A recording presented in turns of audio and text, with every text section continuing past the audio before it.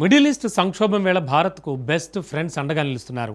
Iran ఇప్పటికే Hormuz నుంచి భారత నౌకలు వెళ్లడానికి ఎటువంటి ఇబ్బంది లేదని ప్రకటించింది. ఇక మరో మిత్రదేశం రష్యా ఏకంగా 6 కోట్ల బ్యారెళ్ల చమురు సరఫరాకు సిద్ధమైంది. అది కూడా ఇప్పటికే సిద్ధంగా ఉన్న చమురు ట్యాంకర్లను భారత్కు మళ్లిస్తోంది. వాటిలో చైనాకు వెళ్లాల్సిన ముడి చమురు ట్యాంకర్లు కూడా ఉన్నాయి. ఇక మరో మిత్రదేశం అర్జెంటీనా పెద్ద ఎత్తున గ్యాస్ సరఫరా చేయడానికి ముందుకొచ్చింది. ఈ 3 దేశాలైనా చమురు సంక్షోభంలో మరిన్ని దేశాలు భారత్కు అండగా నిలుస్తున్నాయి. అయితే ఈ పరిణామాల వెనక భారత్ దౌత్య వ్యూహాలు కూడా ఉన్నాయి. చైనా వంటి దేశాలకు కాదని భారత్ వైపు నిలవడానికి అదే అసలు రీజన్. ఇంతకు చమురు సంక్షోభం నుంచి గట్టెక్కేందుకు భారత్ అనుసరిస్తోన్న దౌత్య వ్యూహాలేంటి? చైనా, అమెరికా వంటి పవర్ఫుల్ దేశాలకు కాదని ప్రపంచ దేశాలు భారత్ వైపు ఎందుకు నిలుస్తున్నాయి? Let's watch.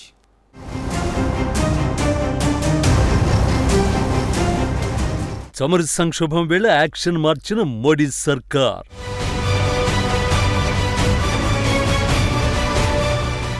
మిత్ర దేశాల నుంచి భారీ ఎత్తున క్రూడ్ గ్యాస్ కొనుగోళ్లు.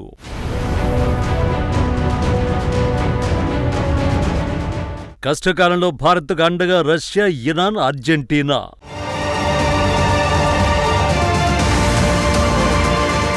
పశ్చిమాసియా యుద్ధ సంక్షోభం కారణంగా ప్రపంచ దేశాలు చమురు కొనుగోళ్లకు తీవ్రంగా ఇబ్బందులు పడుతున్నాయి. హార్ముజు మూసివేతతో పరిస్థితులు దారుణంగా మారాయి. ఇలాంటి సమయంలో ఆర్థికంగా ఎంత బలంగా ఉన్న చమురు దొరికే పరిస్థితులు లేవు. కానీ భారత్కు మాత్రం ప్రపంచంలోని చాలా దేశాలు చమురు విక్రయానికి ముందుకొస్తున్నాయి. అగ్రరాజ్యాలను కాదని మరి భారత్కు ముడి చమురు విక్రయాలు చేస్తున్నాయి. అలాంటి దేశాల్లో రష్యా మొదటి స్థానంలో ఉంది. ఇరాన్ యుద్ధం కారణంగా మార్చి 12 వరకు లోడ్ చేసి ఉన్న రష్యా చమురు కొనుగోలు చేయడానికి అమెరికా ఆంక్షలు సడలించింది. దీంతో పెద్ద ఎత్తున దేశం భారత్కు చమురు ఎగుమతులు స్టార్ట్ చేసింది. తాజాగా ఏకంగా 6 కోట్ల బ్యారెళ్ల చమురు ఎగుమతికి మాస్కో సిద్ధమైంది.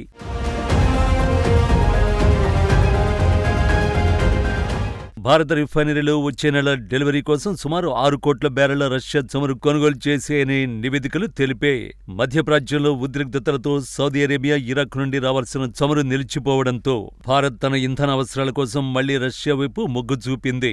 మనీ కంట్రోల్ కథనం ప్రకారం రష్యా నుంచి చమురు దిగుమతుల విషయంలోనే భారత్ కీలక నిర్ణయం తీసుకుంది. దీంతో భారతీయ రిఫైనరీలు మే నెల డెలివరీ కోసం దాదాపు 6 కోట్ల బ్యారెళ్ల రష్యన్ చమురును కొనుగోలు చేశాయి.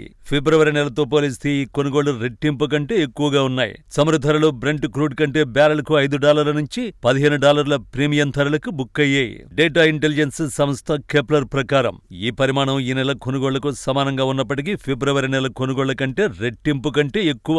గత డిసెంబర్ నుండి రష్యా చమురుకు దూరంగా ఉన్న మ్యాంగ్లూర్ రిఫైనరీ, హిందుస్థాన్ మిట్టల్ ఎనర్జీ వంటి సంస్థలు ఇప్పుడు మళ్లీ రష్యా నుంచి చమురును కొనుగోలు చేయడం ప్రారంభించాయి. ప్రధానంగా హార్ముజ్ జలసంధి మూతపడ్డంతో ఏర్పడిన చమురు కొరతను అధిగమించేందుకు ఈ దిశగా అడుగులేస్తున్నాయి. ట్విస్ట్ ఏంటంటే మరో మిత్రదేశం చైనాకు వెళ్లాల్సిన చమురు నౌకల్ని రష్యా భారత్కు మళ్లిస్తోంది.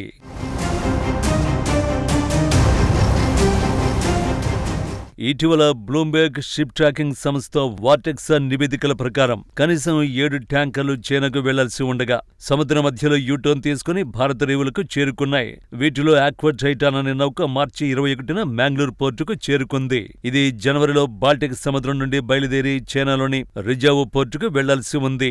జౌజౌ ఎన్ అనే మరో పెద్ద నౌక గుజరాత్లోని సిక్కా పోర్టుకు చేరుకుంది. చైనా ఇప్పటికే రష్యా నుండి భారీగా ముడి చమురు దిగుమతి చేసుకుంటోంది. అయితే భారత్లో ఏర్పడిన అత్యవసర పరిస్థితి దృష్ట్యా రష్యా తన సరఫరా వ్యూహాన్ని మార్చుకుని భారత్కు ప్రాధాన్యమిచ్చింది. మార్చి నెలలోనే భారత్ సుమారు 3 కోట్ల బ్యారెళ్ల రష్యా చమురును కొనుగోలు చేసిందని అంచనా. ఇప్పుడు 6 కోట్ల బ్యారెళ్ల చమురు ఎగుమతికి సిద్ధపడింది. భారత్కు రష్యా ముందు నుంచి మిత్రదేశం కాబట్టి ఇదేమంత ఆశ్చర్యపరిచే చర్య కాదు. కానీ ఇరాన్ కూడా భారత్కు మద్దతుగా నిలుస్తోంది. ఇజ్రాయెల్, అమెరికాలతో సంబంధాలు కొనసాగిస్తున్న మన దేశ చమురు నౌకలు హార్ముజ్ నుంచి స్వేచ్ఛగా ప్రయాణించడానికి ఇరాన్ అనుమతినిచ్చింది.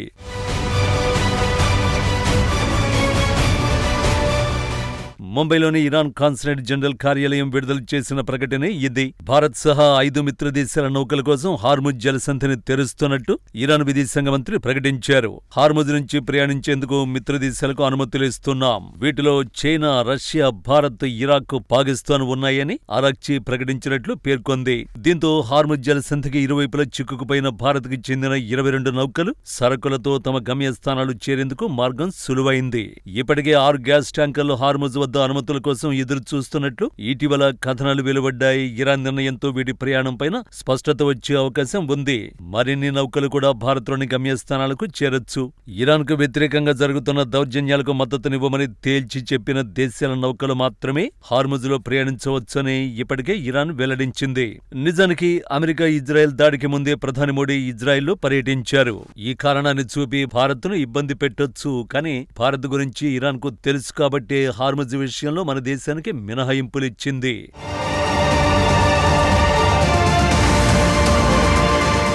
భారత్కు కేవలం చమురుతోనే సమస్య కాదు, వంట గ్యాస్ కొరత కూడా విధిస్తోంది. భారత్ తన అవసరాల కోసం దాదాపు 90% గల్ఫ్ దేశాల నుంచే ఎల్పీజీని దిగుమతి చేసుకుంటోంది. అయితే ఇరాన్ యుద్ధం కారణంగా భారత్కు గ్యాస్ సరఫరా నిలిచిపోయింది. ప్రస్తుతం హార్ముజ్ జలసంధి మూతపడ్డంతో సమస్య తలెత్తింది. ఇలాంటి క్లిష్ట సమయంలో భారత మిత్రదేశమైన అర్జెంటీనా రంగంలోకి దిగింది. 2024 కంటే ముందు అర్జెంటీనా నుంచి ఇండియాకు గ్యాస్ సరఫరా అస్సలు ఉండేది కాదు. కానీ మోడీ సర్కారు చొరవతో 2025లో 22,000 టన్నుల దిగుమతులు జరగ్గా 2026 తొలి 3 నెలల్లోనే అది ఏకంగా 50,000 టన్నులకు చేరింది.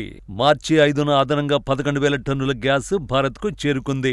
అయితే అర్జెంటీనా దక్షిణ అమెరికా ఖండం చివరిలో ఉంది. భారత్ అర్జెంటీనా మధ్య దూరం సుమారు 20,000 కిలోమీటర్లు. అక్కడి నుంచి ఇండియాకు రవాణా చేయడం పెను సవాలుతో కూడుకున్నది. దక్షిణ అట్లాంటిక్ మహాసముద్రం మీదుగా అత్యంత పొడవైన నౌకా మార్గం ఇది. రవాణా ఖర్చులు భారమైనప్పటికీ దేశంలో గ్యాస్ కొరత రాకూడదనే ఉద్దేశంతో ప్రభుత్వం ఈ నిర్ణయం తీసుకుంది. భారత్కు దీర్ఘకాలం పాటు గ్యాస్ సరఫరా చేసేందుకు సిద్ధమని అర్జెంటీనా ప్రకటించింది.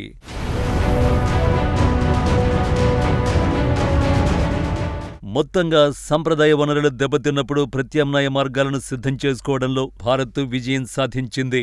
అర్జెంటీనాతో కుదుర్చుకున్న ఒప్పందం భవిష్యత్తులో లాటిన్ అమెరికాతోనూ మన సంబంధాలను మరింత బలోపేతం చేయనున్నాయి.